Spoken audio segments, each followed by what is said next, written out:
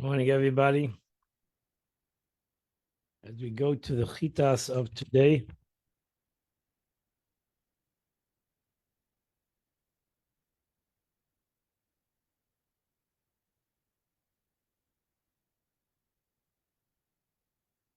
we're holding and making of the Aron, the ark that was in the Beis Hamikdash, and we're holding on chapter 25, verse number 17.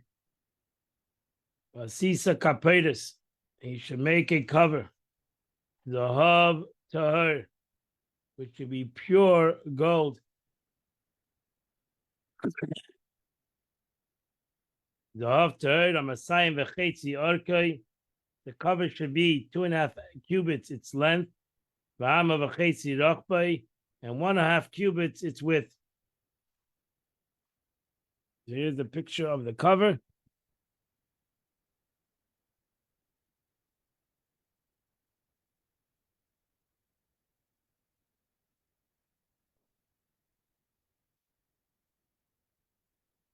Rashi says, "Kaperis kisel aron." This was a cover that was on the ark, which was opened on the top and placed on the cover like a board. Rashi says, like the length of the ark and its width like the width of the ark. It was placed on the thickness of the four worlds. Although the Torah does not give a dimension of its thickness, our rabbis say the thickness was a tefach, a hand's breadth. Verse number 18, Vasisa shnei kruvim zeh zav. You should make out of this cover a 2 cherubims out of gold. Miksha tasa, they need to be hammered out. Mishnei kteisak kapetis, from the 2 ends of the cover. Now she says, Keruvim, they are the most parts of Tinuk. They had a form of a child's face. Miksha tasa, you make them out of hammered gold. That means do not make them separate and then attach them to the end of the cover after they're made in the manner of metal work called to solder something. Rather, it's a large amount of gold when in the beginning to make the cover, beat the middle with a hammer or a mallet so that the ends protrude outwards, and then sculpture the cherubims out of protruding ends. It's extremely a difficult job. Take one piece of gold and then hammer it out that you have cherubim that ultimately come out these beautiful cherubim. Mikcha, Rashi says, is the concept of beaten, to beat. Tzeisa kapetis, Rasha kapetis, the ends of the kapetis. Verse 18.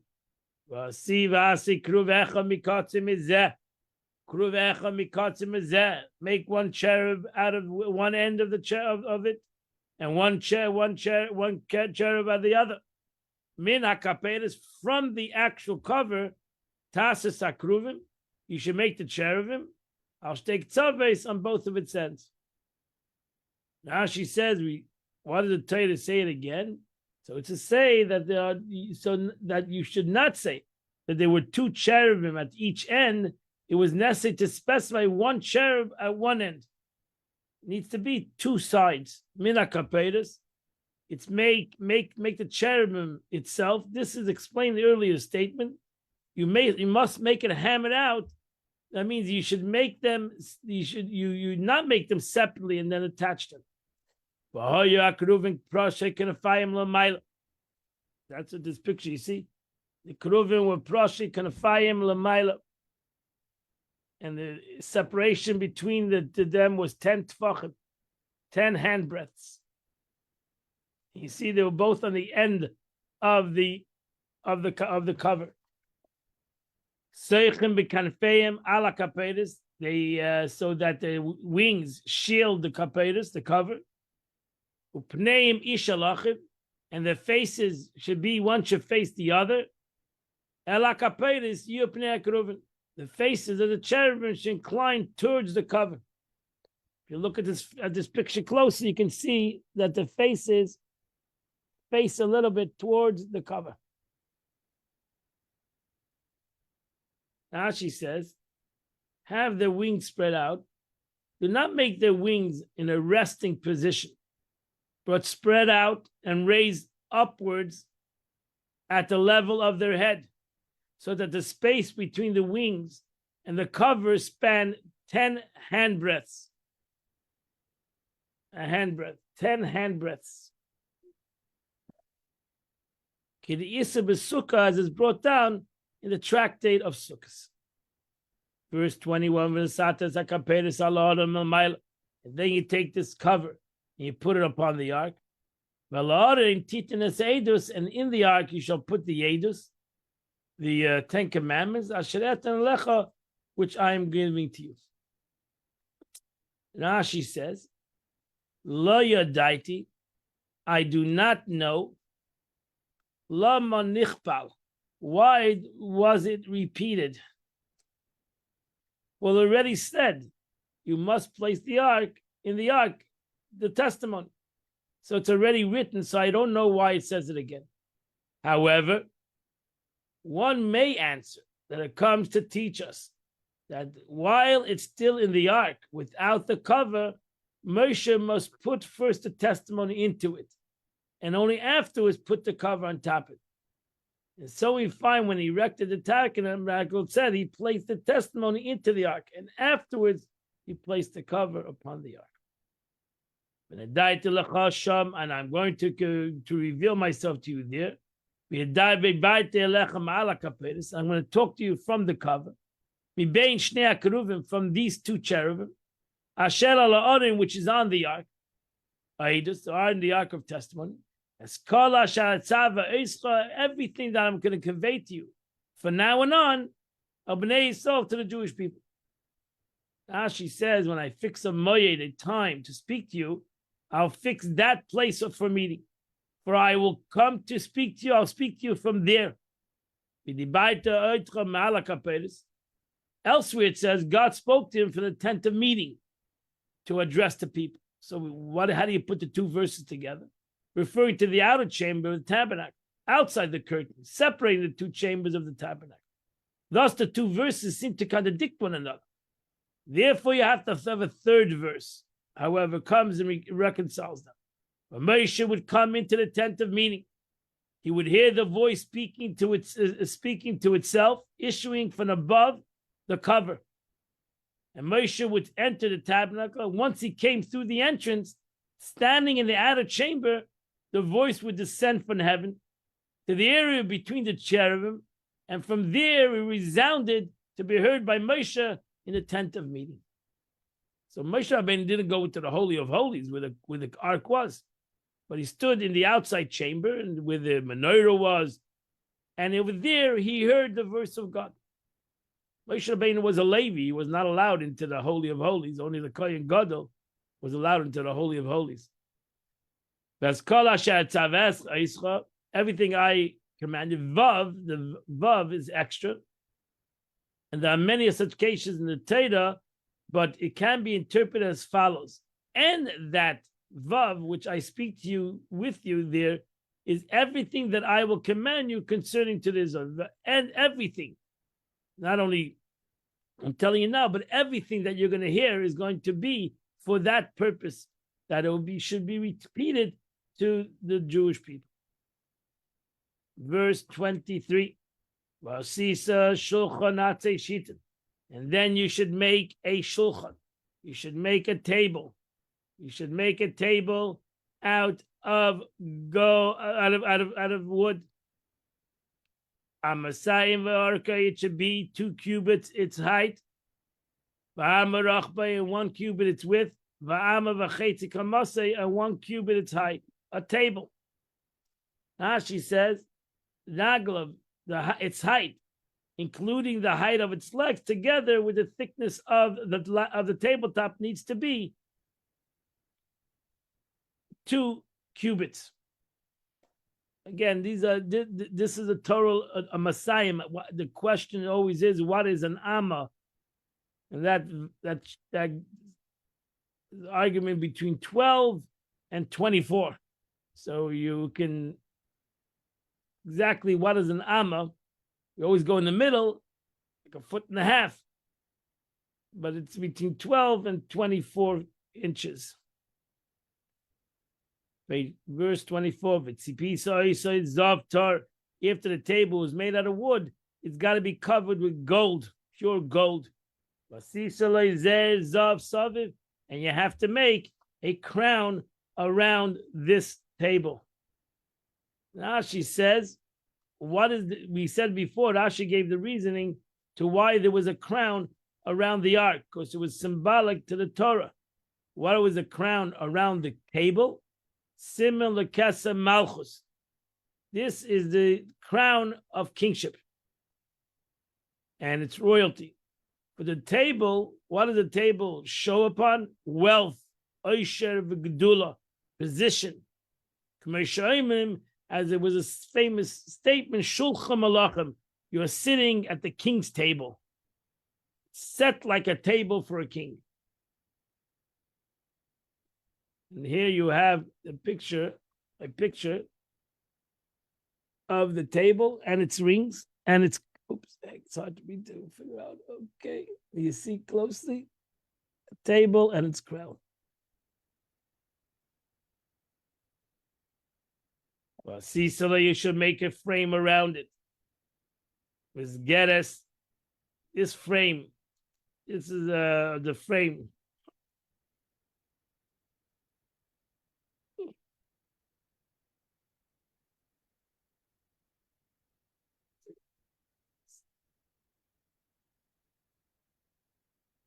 So the frame, there was a frame and a crown.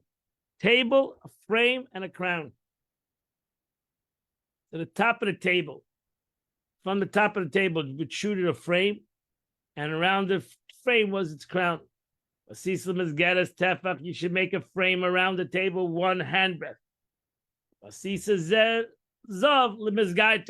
And around the frame of the table, like the table had a lip going up, a tefach, means a handbreadth, and you make a gold rim around the frame. This is the argument if it was on top of the frame or around the frame. It's not exactly clear. So it means that Rashi Mizgeres, the uncle is Gafna frame. The sage of Israel differ in this matter. Some say it was above, around the table, like a ledges on the edge of the nobleman's table. And others say it was underneath, fixed between the legs and next to across the four sides of the table. So I'm not exactly sure where this frame was. So that the border of the table rested on top of the frame. So it's not exactly clear exactly where this frame was. Was it around the top of the table? In the picture I showed you, it was around the top of the table. Some say it was on the bottom of the table, bottom of the actual board of the table. You must make a gold rim to its frame. This is the same rim mentioned above, and it's specific for you that here that it was situated on the frame. And then you should make 4 gold rings. And here you see the picture again, the gold rings on the feet of the table. You make 4 gold rings. And you should put the 4 gold rings on the 4 legs, the corner 4 legs. Verse 27. The ring should be close to the frame. It should be those rings. Labatim, they should be holders. Labadim for the poles. Shulchan, to be able to carry the shulchan. Now she says it should be fixed into the legs, not on the frame, but into the legs opposite the ends of the frame. Labatim, lavadim, those rings will be holders in which the poles will be inserted. Labatim means for the purpose. Verse 28, then you make the poles out of acacia wood. Piece of zoft, and you cover it with gold. Nasa be'emes hashulchan, and you should carry this shulchan. The shulchan be carried with these poles. Nasa bam lashon nifal, form meaning its phrases. A table will be carried with them. Verse 29. Vasisalai kares. Now, this gets a little bit difficult. Hopefully, the picture will be able to explain to you. Vasisalai kares, and then you should make bread forms, the kapies and spoons, the kashioises and shelves, uminikaisa and tubes, asher yusubem zavter, that they should be covered with pure gold. Tasa oisam, you shall make them. So this is what I'm going to show you a picture. Okay.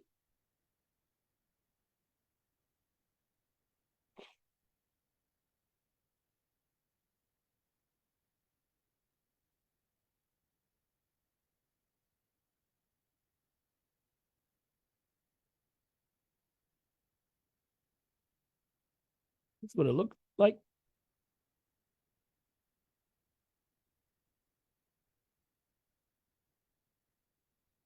So these are forms that look like things facing one another. And let's see how Rashi says it. Kares, you make its bread forms and its spoons. Kares are molds that were made to fix the shape of bread. See, that's how the molds will look like. The molds. It was a molds that were made interesting kind of bread, because they were called lechem haponim. Must have been easy. It must have been a hard way to make the bread. It was made that they face one another, like the cherubim. The two sides, the bread went up, so to say, on a thing. They faced each other. That's what we call lechem haponim. The show bread face, the breads that faced each other. So they were made in molds that were fixed in the shape of a bread. The bread was shaped like a box, open at two sides, with a floor below it, and the two other sides bent towards like a wall. It was called lechem haponim, bread of faces, because it had its surface panim, which faced the two sides of the house, one to one side and the other to the other side. For it was placed lengthwise according to the width of the table, and its wall stood upright straight in a line with the lead edge of the table.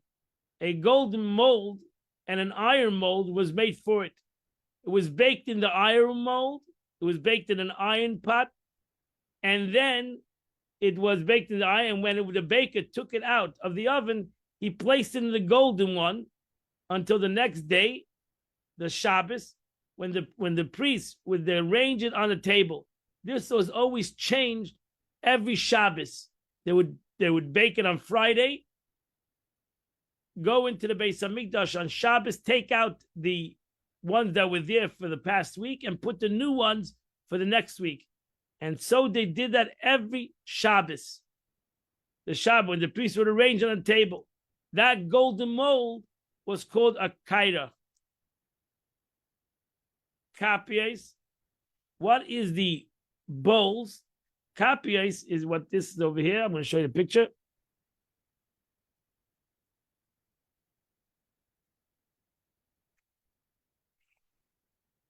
Bezichin is bowls in which frankincense was put. There were two, one for each of the two fistfuls of frankincense that were placed alongside the two stacks of loaves. It says you must place pure frankincense alongside each stack. Ukashiais, kashiais is the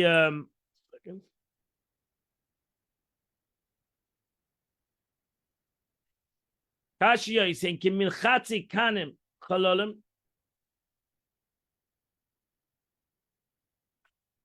Here's a picture of it. It's a hard picture to see.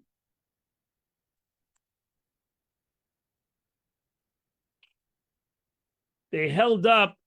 It was a support system to this to the board to the 12 loaf stack, so to say.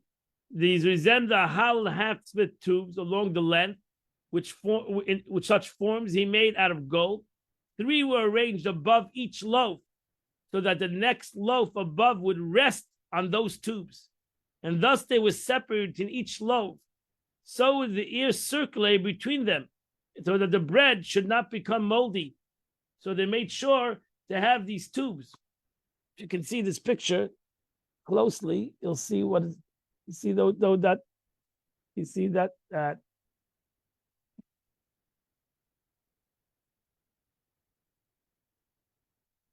that's what the Torah is talking about.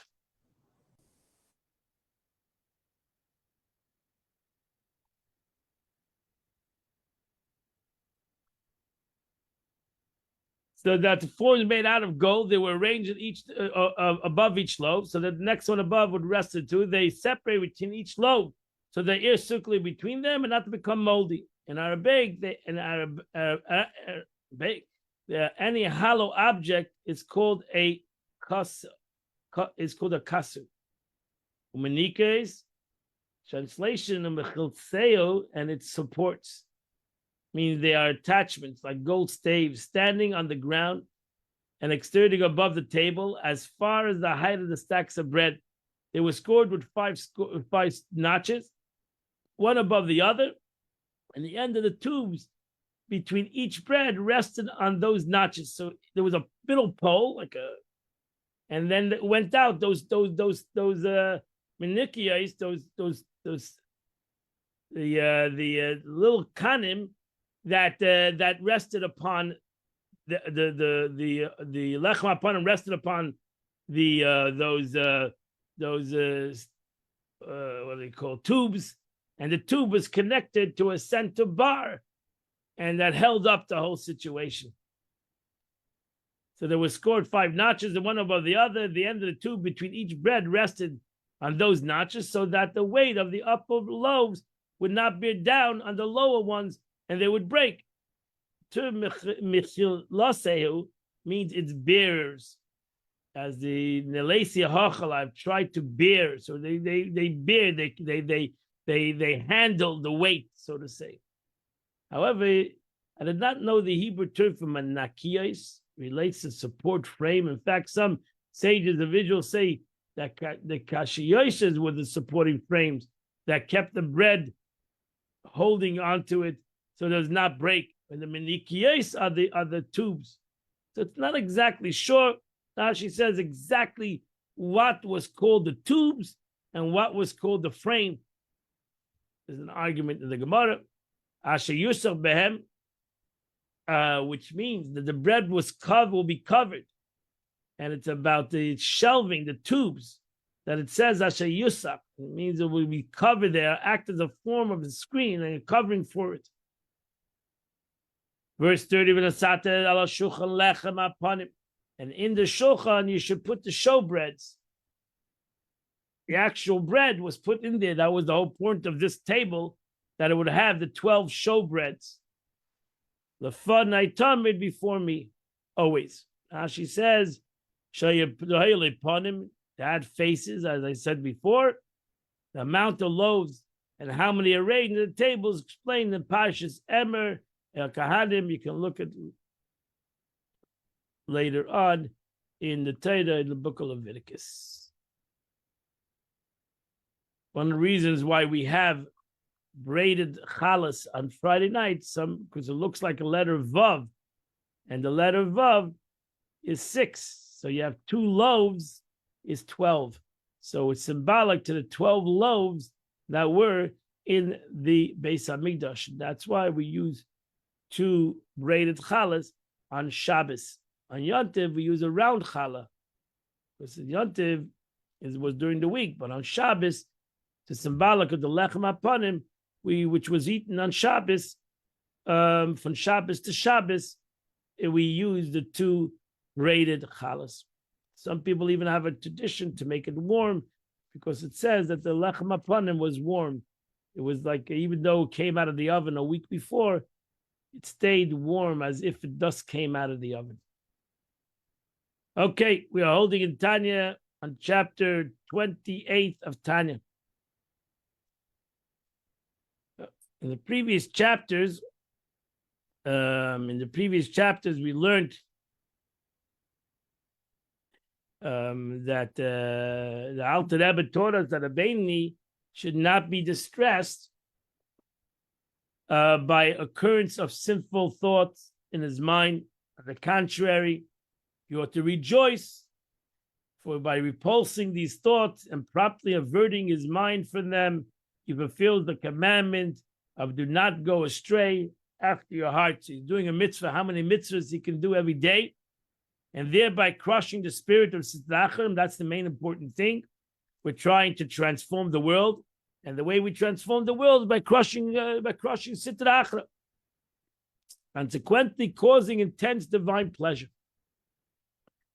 However, this reasoning can only be applied when such thoughts occur to the Beinoni while engaging in material pursuit. If, however, they occur to while occupied in the service of God, when he's studying Torah, there is certainly no cause for rejoicing, since they distract him from his divine service. How to deal with them in this case? So how do we deal with the situation when you're davening? And now you got all these terrible thoughts that are going through your head.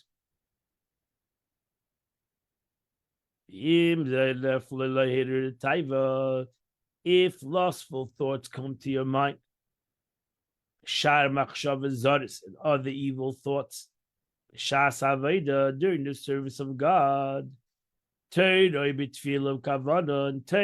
prayer with kavanah. What does one do when these thoughts come to his mind in the time of davening, in the time of prayer? He should not pay any attention to them. He should avert his mind from them immediately.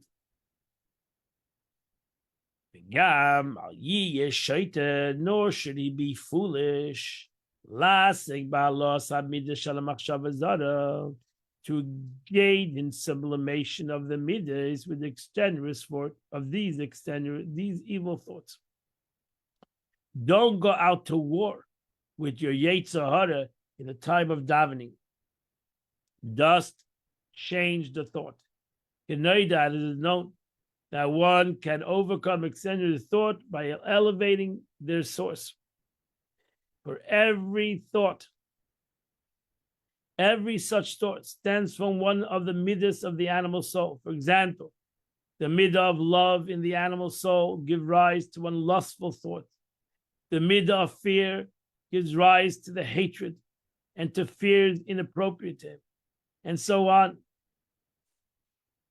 And it is therefore written, when one is disturbed by such a thought, he should determine which midah it is the source, and should then refocus that midah on the spiritual aspect of the subject of his thought.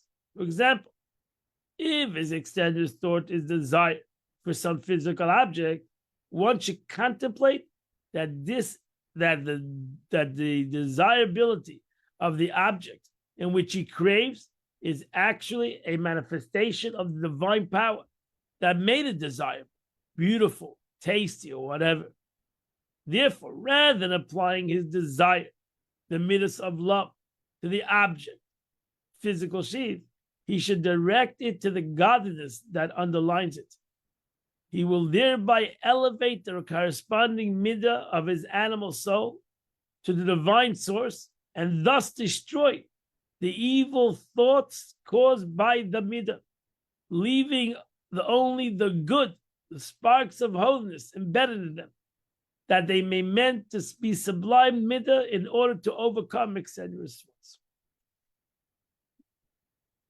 My friends, everything in life, every thought, everything, as I mentioned yesterday, every thought has a reason. A person doesn't think about something for no reason. And every reason that a person thinks about something has a good reason. Not everything that I think about, or not, there's nothing that I think about that is totally for a wrong reason. I have to find the right reason. Why am I thinking about this? So here the Alter Rebbe says, if a person has a thought of good, of a lustful thought, of a desire, then there has to be a good reason why he's thinking about the desire. He might think he's thinking about the desire for the sake of the lustful physical object. No, he's thinking about the desire for the midah, for the chesed of why he has this. Why does he have this lustful thought? Because it comes from the attribute of kindness. And that kindness is a desire to connect. That's the concept of chesed. Chesed wants to connect. Self-understood, the attribute of chesed wants to connect to good things. But since everything in his life is good and not so good, so therefore his chesed is lustful for maybe things that he shouldn't have. But it really comes from the attribute of chesed. If he didn't have chesed, he wouldn't have lust in his life. He has chesed, and he should be lustful for good things, and he should be lustful for God. That comes from midas chesed. And so too in the aspect of gevura. If he has hate, yes, there is even in hate a concept of good. And what is that? Hate, evil. So it comes from midas gevura. It comes from your attribute of severity. And there's a reason why you have severity in your life. There's a reason. You're just taking the reason to some place where it doesn't belong. But there is a reason. And there is a reason why a person always thinks negative, because he has midas gevura. He has the attribute of gevura, and there's nothing wrong with gevura. If you go to the source and you go to the essence, why do I have gevura? To use it out for godliness. That's why God gave, who gave me gevura? God gave me gevura. Let me use it out for the sake of godliness. How can I use our gevura? For the sake of, you know how you use our gevura? Concentration. When a person concentrates on something, that's gevura. A person separates himself from another entity. That is gevura. That's his midas gevura. That I can focus on kedusha is midas gevura. That I separate myself from everything else. That is my midas gevura. So that's a positive thing. When I go to daven, I need to separate myself from the world. That's why, as a man, I put on a talis. I need to separate myself from the world. That is gevura. That comes to the attribute of severity, but in a positive way. I want to go daven right now. I want to pray. I need a show, which is chesed, really. My davening is chesed, tefillah. I'm connecting to God, but I need to separate myself. There's a lot of chatter, a lot of outside noises. I got to take my gevura, my midas gevura, and use it out for a positive thing, that I can separate myself and I can focus on my davening and I can have true meditation. That is gevura. That is midas gevura. And that's what a Bain needs to do. That's what we need to do. Because there's no concept in the world, there's no reason in the world why this chatter came into my mind. Why is this situation? There's a reason. Nothing happens for nothing. And nobody thinks about something for nothing. If I have a lustful thought or an angry thought, there's a reason. There's a reason. It's not an outside reason, it's an inside reason. There's a reason that I have these lustful thoughts or I have these anger thoughts, because it's who I am. I need to go to my character. I need to go to my midas. I need to go to my attributes. And the truth is that's why by us we go from happiness to anger very easy. Why? Because we have these two attributes, chesed and gevura.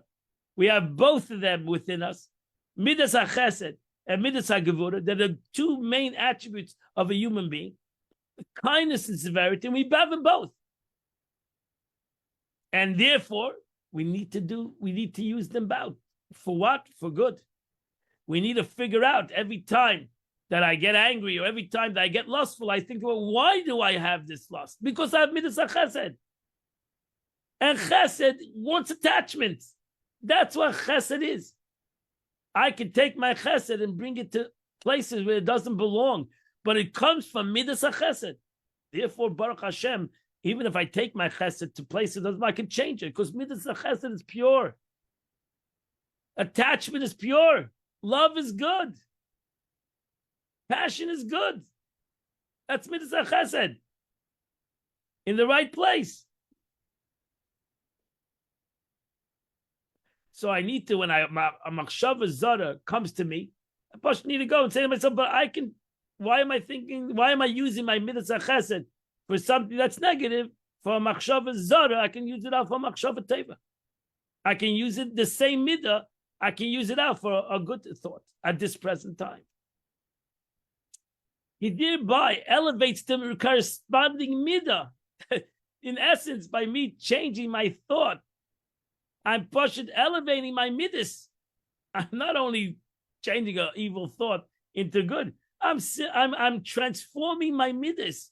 That we should have midas tovos, that we have good attributes. That our midas chesed, our attribute of kindness, should be funneled correctly. And it's a great success to the midah itself, to midas chesed, to the attribute of kindness. And that's the way a Beinoni needs to, because a Beinoni has to realize, a middleman has to realize that his chesed could be good and could be bad. His chesed could be holy, and his chesed is easily unholy. It's the way he directs his chesed. There's no perfect chesed in a Beinoni's life, because everything, even his chesed that he does for the good, is a little bit. Might be a little bit of selfishness in this chesed, even in the good. There's a little bit tinge of selfishness. So even the kindness that I do, there's a little tinge of impurity, and that's the problem. The question is how much I can dominate my chesed, or I can focus my kindness to be pure, to be true chesed. Well, as the Mishnah says, Ava tluya b'davar, I can have an Ava that there's strings attached, and I can have a Ava she'eina tluya b'davar, a pure Ava. There's no strings. It is the attribute of chesed. It's the expression of true chesed. Is Ava she'eina tluya b'davar, unrestricted love, no strings attached, only the concept of love. It's a thin line between an Ava tluya b'davar and an Ava she'eina tluya b'davar. It's a thin line between love that has strings attached and love that doesn't have strings. It's a thin, very thin line between the two. Sometimes I might fool myself to think I have an Ava she'eina tluya b'davar, that I'm doing an Ava out of true love. Later I find out there were some strings attached. There was some personal agenda. And that's fine.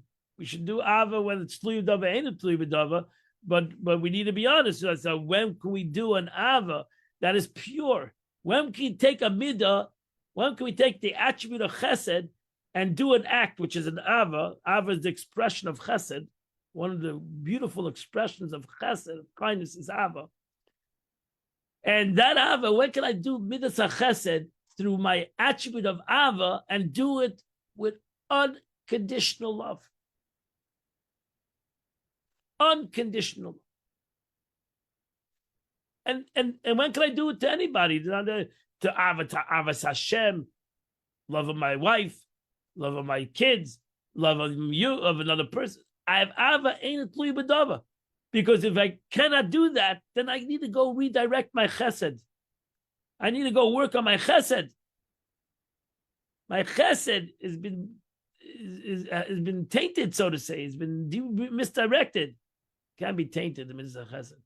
My attribute cannot be tainted. Wrong word. It's misdirected because it's ultimately put into my hands, so to say, to direct this chesed or to misdirect this chesed. Because my attributes are pure. So this is the problem. The problem is that once my chesed comes into my animal soul, become selfish. Chesed can become evil. We're not talking about evil over here, become selfish. My chesed becomes selfish, self-centered. It's about me. Everything comes back to me. What's the good of me? I'll do great things, but it's all about me. So that's the thing. So it should be directed to godliness. That underlines it. That's the true underline of chesed. The mid of chesed is chesed shel HaKadosh Baruch Hu. We are expression of God. We're expression of God's chesed. Chesed of the Eibishter is pure, sure, and the truth is our chesed is pure. He will thereby elevate the corresponding milah of his animal soul, so that the divine soul, and thus destroy the evil in the thought that caused this midah, leaving only the good. That's the way we're going to transform ourselves. We're not going to go put a bandage on the problem. We'll go to the source of the problem. The source of the evil thought. The source of the evil thought is because I've been a chesed. That's why I have these thoughts, even lustful thoughts, because I have been a chesed. Like the Alter Rebbe said in Tanya before, when you find a person that doesn't have lustful thoughts, it's not because he's a holy person. Maybe he's a kalta mensch. The Alter Rebbe said he's a cold person. He's a frigid person. He's a gevura. Maybe he has too much gevura in his life that he doesn't have any kind of passion. He doesn't even understand the concept of passion. He's a kalta neshama, as they call it. He's a cold person. He's a frigid person. What do you expect from a frigid person to have lustful desires? He's a frigid person. So it's not because he's a holy person. It's because he has his midas gevura, his midas of severity is so powerful that he doesn't have, he's a kalta mensch, he's no interest in anybody else.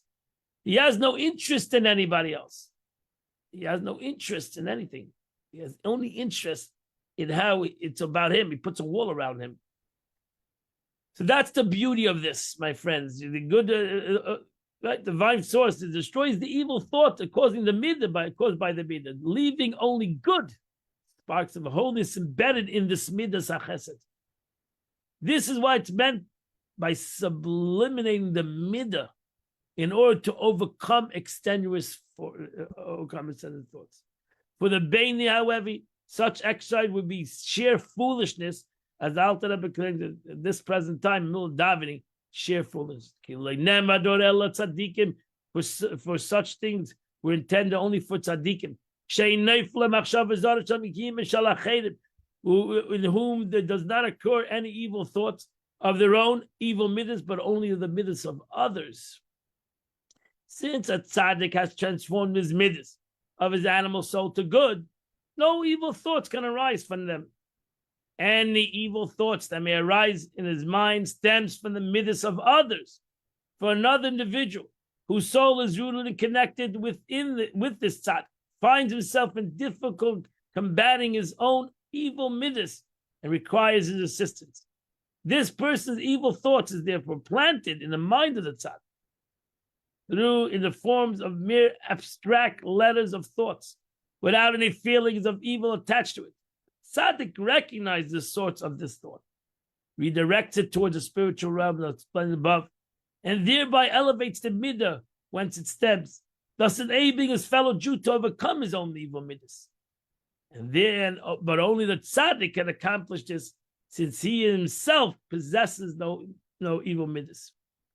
And that's the why we connect ourselves to a tzaddik. And the Yom Yom will come very much focused into this statement that the power of the tzaddik, connecting himself to a tzaddik to be able to help me in my transformation of midas. One whom occurs his own evil thoughts. That's for the evil that's lodged in his left part of his heart, the evil midas of his animal soul. How can he rise up in the spiritual realms when he himself is bound below by his desire of the material? It would therefore be foolish for the Beini to attempt to rid himself of extended thought by engaging in sublimation of his midas. So how can we do it? Because transformation of midas is not an easy thing to do. You have to connect to the tzaddik. So if you're not connected to a tzaddik, and you don't have the capability to transform your midas, and now I have my midas hanefesh of Bahamas who take my chesed of my midas chesed, and now comes into my nefesh of Bahamas. It becomes mamish desire of lustful thoughts, negative thoughts, in anxieties and depression, etc., etc. My nefesh of Bahamas, the earth of my nefesh of Bahamas, pulls me down to depression, unhappiness, all things that I simply can't get rid of. Nevertheless, he must not be downhearted, nor feel dejected and despicable because of this occurrence, these extraneous thoughts during his service of God. Because in the time of service of God, every single Jew must be with great joy. So what do you do about it? He should do on the contrary. He should draw fresh strength and intensify his determination with all his strength, all his power. B'kavanas hatfila, in the power of prayer. Bechedva, with concentration. Becheda, b'simcha yeseda, with even greater joy and gladness. How do you do that? When he's going to put to his heart realization.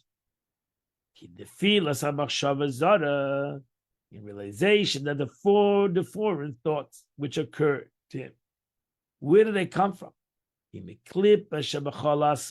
coming from his animalistic soul, from the covering, his animalistic soul that's trying to cover his godly soul, which is waging a war right now in my davening. That's when the davening is called war. Because right now, my nefesh of Bahamas, my animal soul, knows how important this davening is, this prayer is. My animal soul knows how important this prayer is, and it's going out to war with this prayer. It doesn't want to allow this prayer. It wants to put a wall between me and the prayer. It's trying its best, and I need to go out to war with it. Im nefesh alikisha bay, it's the divine soul within it. And it's known the way of combatants. You have to feel like you're in a wrestling match. You're right now when you went to daven, you're in the wrestling ring. You're in a combat hand to hand. You're wrestling body to body. When one gains an upper hand, what happens? Then the other one likewise exerts himself. He realizes he's going to lose. And now it's now or never. And therefore, I got to take the strength. I might be tired. I might be not interested. I need to take the strength. That's it. He finds the resources of his power. He finds the resources of his strength, and he goes and he puts more strength into it.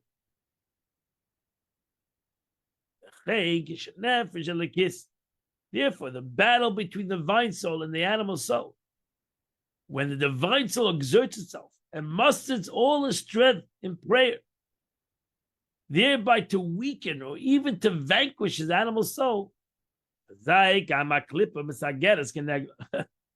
therefore your animal soul he doesn't give up that easy. It gathers its strength to conquer it, aiming to confuse and topple the divine soul by means of foreign thoughts of his own. It says no. Suddenly the phone rings. Suddenly I get a beep. Suddenly somebody else is bothering me. Suddenly I get disturbed. So the animal soul, sensing the danger in the divine soul, increased efforts in prayer and devotion, drives one's concentration like conjuring up assorted foreign thoughts in his mind. Thus, the appearance of an extraneous thought during prayer indicates that one's devotion was sufficiently quality to give the animal cause for concern. So that shows you, if you came to shul and you didn't care about davening, it wouldn't bother you. It wouldn't bother you. It's because you came to daven. That's why, because I came to pray, that's why my animal soul is going to bother me. That's why whenever there's something good, it's hard to concentrate. You can go to a movie theater and everybody's quiet for 2 hours. Everybody's quiet. Why? Because nobody's fighting over anything. Everybody's enjoying, the animalistic soul is passionate, enjoying the situation. And there's no conflict in anybody because they all came to enjoy. They come to shul, suddenly this cannot be quiet for 20 minutes. Why? Because your animal soul says, no, no, no. This is not an enjoyable aspect for me. This is not, I'm going to have to go to sleep, and I don't want to go to sleep. I want to enjoy life. And this is not enjoyment for me. And therefore, I'm not going to allow this. I'm not going to allow not for an hour, not for 2 hours, not for 10 minutes. I'm just not going to allow this. And you're going to say, no, but I want to daven. He says, no, you don't really want to daven. You don't really want to pray. You don't really want to pray. You just came for other reasons. And let's use out the other reasons. Oh, this guy's bothering me. That guy's bothering me. Oh, I'm not happy this. I'm not happy with that. We have 500 reasons suddenly comes to the reason why I should not enjoy this prayer. And then the godly soul comes back, and we have this constant battle to be able to concentrate or not to concentrate. And that's the struggle of a baby. That's my struggle. Most important thing in life is my prayer. And the most important aspect in life, whether I'm home or I'm in a shul, prayer is my struggle. And because it's the most important thing, my neshama. So exactly when my neshama is so important to it, that's exactly when my prayer wants to struggle. So my animal soul wants to struggle. But Alter Rebbe didn't give us the answer yet. He says, nevertheless, you have to just overcome it, as Alter Rebbe is going to continue. But here is where the Tanya finishes today. Today is the 26th day of the month, which is the second part of chapter 119. And the letter Mem to the end of the chapter, finish chapter 119 today. And that you'll do the chitas of the day, the Chumash, Tilim, and Tanya of the day. The Rebbe writes, now Yom Yom, very interesting Yom Yom, about a Rebbe and a Chassid. About a Rebbe and a Chassid. And the Ava that they have with one another. And it's beautifully connected to Tanya. It's so important to have a Rebbe so that he'll be able to change your midas. Ava, affection, in the breath of life, in the avodah of Chassidus, is a thread that binds Chassidim to each other and binds the Rebbe to Chassidim and Chassidim to a Rebbe. Ava. The love, the Eibishter gave us midas Ava, that we would love each other, elevate each other. That's what to connect to God, that's really two kinds of Ava, Avas Hashem, Avas Yisrael. And to connect, to be able to have true Ava, we need to have a Rebbe that elevates our Ava. Because the Ava that we have to a Rebbe, the Ava that a Rebbe has to us, and also to a reflective way, responding to the other's affection. It knows no barriers and transcends the limit of time and space. That's the power of Midas Ava, Midas Chesed, the love that we have for another, the love that a Yid has to a tzaddik, Chassid has to a Rebbe.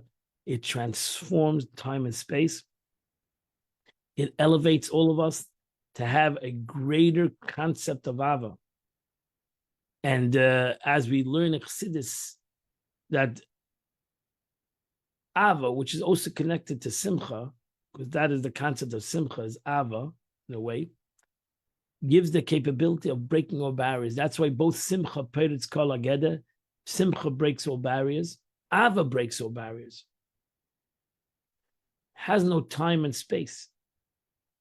Ava to Rebbe has no time and space. Ava to each other has no time and space. Ava to the Eibishter, to God, has no time and space. And that's why, actually, it says that the Gemara, it's a famous Gemara that everybody, that the Rebbe mentioned many times, that Tana, Rav, Yav Pruti Lo'ani V'Hadem Matzli. He first showed Avas Yisrael. He helped somebody else, and then he went to daven.